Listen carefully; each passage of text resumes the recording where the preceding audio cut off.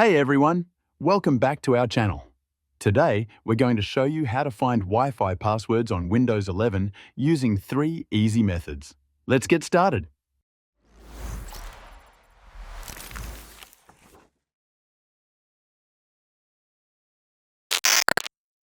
First, let's use the Settings app.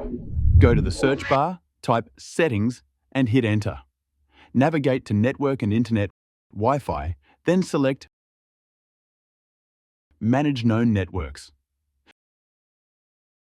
Choose your Wi-Fi network and click View under View Wi-Fi Security Key to see the password.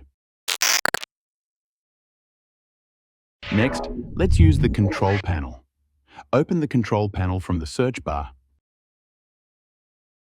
Go to Network and Internet Network and Sharing Center.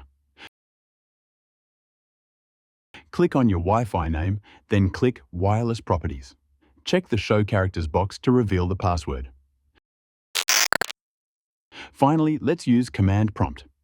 Open Command Prompt and type the displayed command to list all Wi-Fi profiles.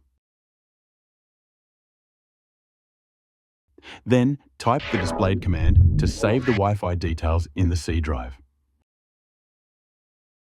Open the XML file and find the password under the Key Material tag. And that's it. If you found this video helpful, please give it a thumbs up, share it with your friends, and subscribe to our channel for more tech tips. Thanks for watching.